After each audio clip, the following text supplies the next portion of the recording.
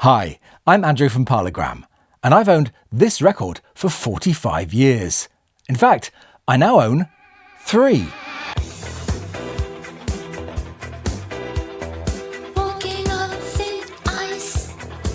Like many Beatles fans of my generation, I bought this 45 for one reason.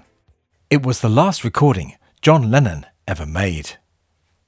Yet, if I'm completely honest, I hardly ever played it. Not because I disliked it, but because every time I looked at it, it took me straight back to December 1980. For many of us, Walking on Thin Ice never became just another record. It became a memorial. Something to keep in our collections, but not necessarily something to listen to. Over the years, I've bought and sold countless Beatles and Lennon records, and one thing I've noticed is how pristine copies of the single usually are. Maybe that's just coincidence, or perhaps many of us did exactly the same thing. We bought it because we wanted one last piece of John, then carefully filed it away in our collections. But something happened recently which made me look at all of this again. Yoko Ono's 1981 album Seasons of Glass has just been reissued. So I bought a copy. Now, I bought this myself, by the way. Nobody sent it to me. And I wasn't expecting it to change my mind. But it did. Because I'd realised for 45 years I'd been hearing the history rather than the music.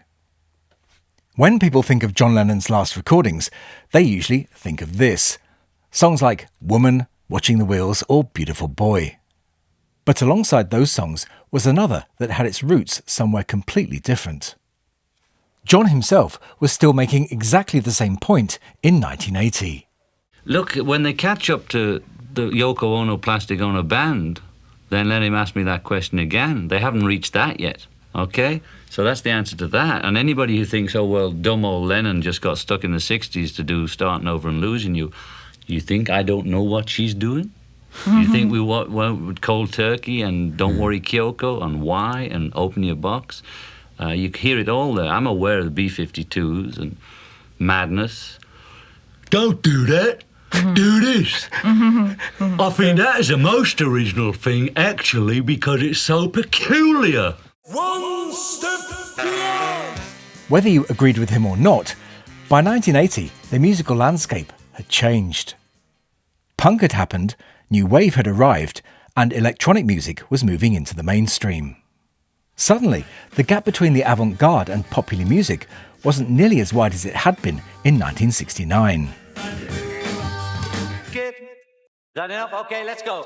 1, 2, 1, 2, Hickel, Fickel.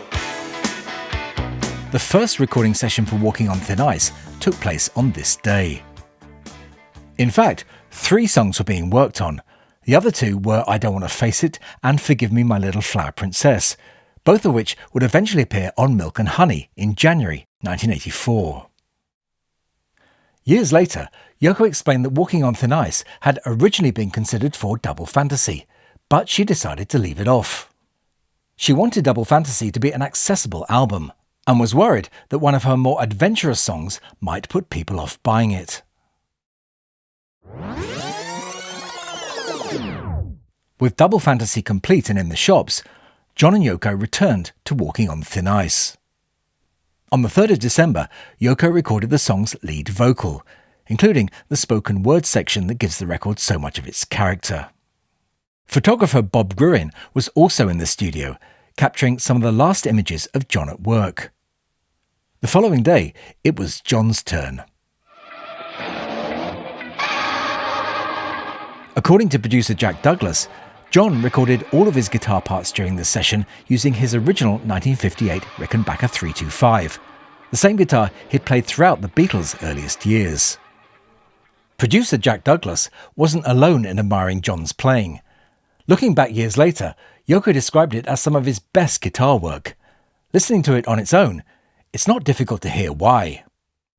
This wasn't the sound of a musician looking back, it was the sound of someone still experimenting. According to Jack Douglas, John couldn't stop listening to it. He took a cassette of that early mix home and spent much of the weekend playing it over and over, convinced they had something special.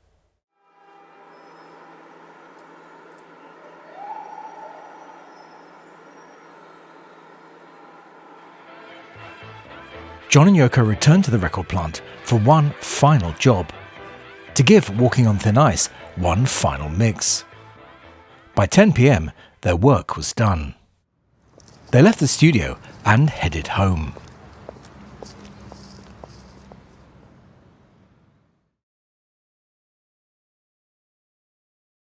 When Walking on Thin Ice finally reached the shops 2 months later, it was no longer simply Yoko Ono's next single. It had become the last record John Lennon ever recorded. The music paper reviews inevitably focused on the circumstances surrounding the record, but they also noticed something else.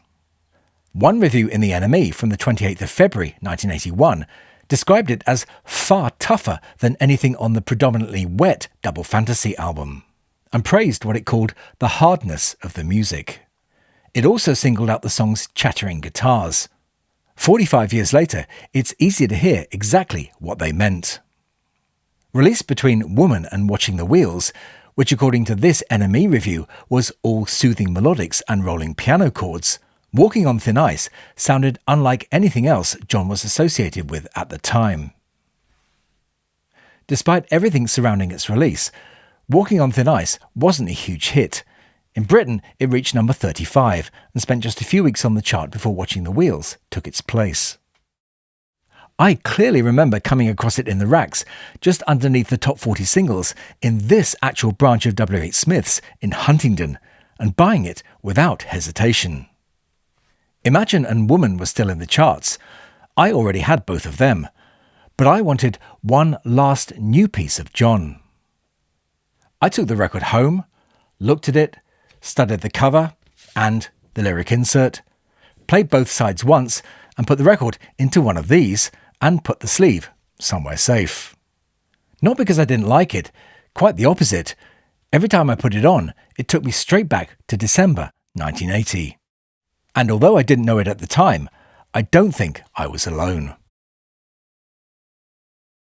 I remember my shock when I came across this in the racks of my local W.H. Smith's. I stood there staring at those blood-stained glasses for I don't know how long. But in the end, I put it back and left the shop. If that was the cover, I didn't want to hear what was inside. And until I bought this reissue a few days ago, I never actually owned a copy of the album. Looking back now, it's clear that I completely misunderstood what Seasons of Glass was. At 14, all I saw was another reminder of what had happened. I certainly don't think I ever asked myself why Yoko had made this record. Around the time the album came out, veteran music journalist and Beatles biographer Ray Coleman interviewed Yoko. The interviews were later serialised in the Daily Mirror. For Yoko, this wasn't simply the album she made after John's death. It was the album that helped her survive it. The songs weren't just about loss, they were about getting through it. Coleman heard that too. Reviewing the album in The Melody Maker, he described it as a warm, understandably brittle, yet triumphant album. He also wrote that Yoko had manifestly had to make the record, perhaps as a piece of therapy. As a 14-year-old Beatles fan, none of that chimed with me. I saw the cover, I knew the story behind it, and I walked away. 45 years later, I finally came back. Listening to Seasons of Glass 45 years later, I realised I got almost everything about this album wrong. It wasn't the album I'd imagined all those years ago. In fact, it sounds nothing like Walking on Thin Ice, or what the cover had led me to expect. What I found instead was a thoughtful, deeply personal album. It's not an experimental or angry record, just an honest one. There was one more detail I completely overlooked. While everybody remembers the front cover, I never really looked at the back. The blood-stained glasses have gone. In their place is a geranium, and the half-full glass of water is now full. Years later, when somebody pointed that out to Yoko, she simply smiled and said, "Very few people notice that." Would I have liked it in 1981? Honestly, I don't know. But 45 years later, I was finally listening to the music rather than everything surrounding it. Recently, I asked myself a question. What would somebody with no memory of December 1980 make of this record? So I decided to ask a couple of my students who I've been introducing to the Beatles to listen to Walking on Thin Ice for the first time. Marco is 18. He didn't grow up with John Lennon. He wasn't around in December 1980. To Marco, Walking on Thin Ice is just another song. So I asked him to listen to it and didn't tell him anything about it.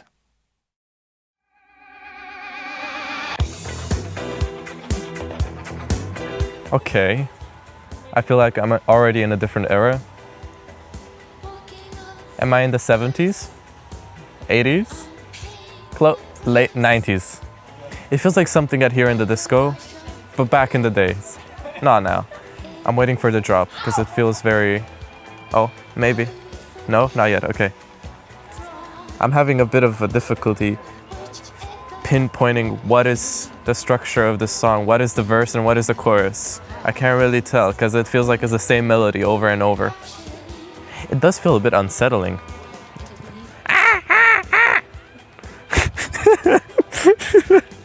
But I like it, you know? It's nice.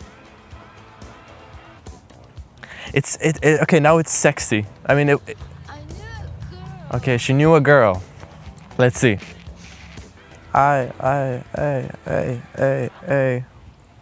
Okay, interesting.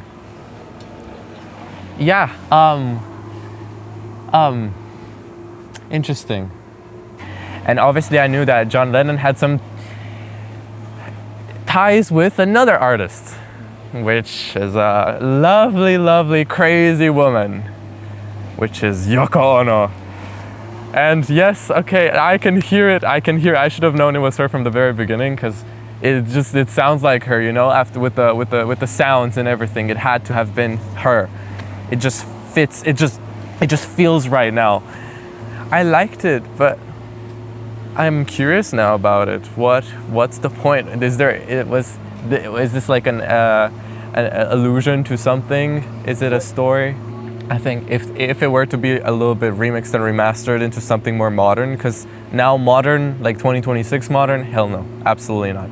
But early 2000s, maybe it could be a little bit modernized to sound like, you know, in the Spice Girl era. Maybe. I can see it. I think it definitely has, it's one of these timeless sounds and songs that you would not feel like they're, you know, dated. I've owned this record for 45 years. For all that time, I remember the story. Only now have I really started listening to the song. People often ask me what my favourite Beatles album is. The truth is, I can never really answer that question, because the answer keeps changing. Not because the albums change, but because I do. And perhaps that's what's happened here. If, like me, you've filed this record away in your collection and haven't played it for years, perhaps it's time to pull it out again. If you do, I'd love to know what you think in the comments. And if you've never heard it before, maybe now's the time to discover it for yourself. The new Seasons of Glass reissue is available now on black or white vinyl. The CD version also includes Walking on Thin Ice, which wasn't on the original album, together with alternate versions of I Don't Know Why and Dogtown. The vinyl also comes with this poster and a booklet of photos from the period, which I found fascinating to look at. I'll put links in the description if you'd like to find out more. I'll be back next weekend with what many people consider as the Kinks' finest album, so I hope you'll join me for that. But that's all for this one, so I'll say bye for now, and thanks for watching.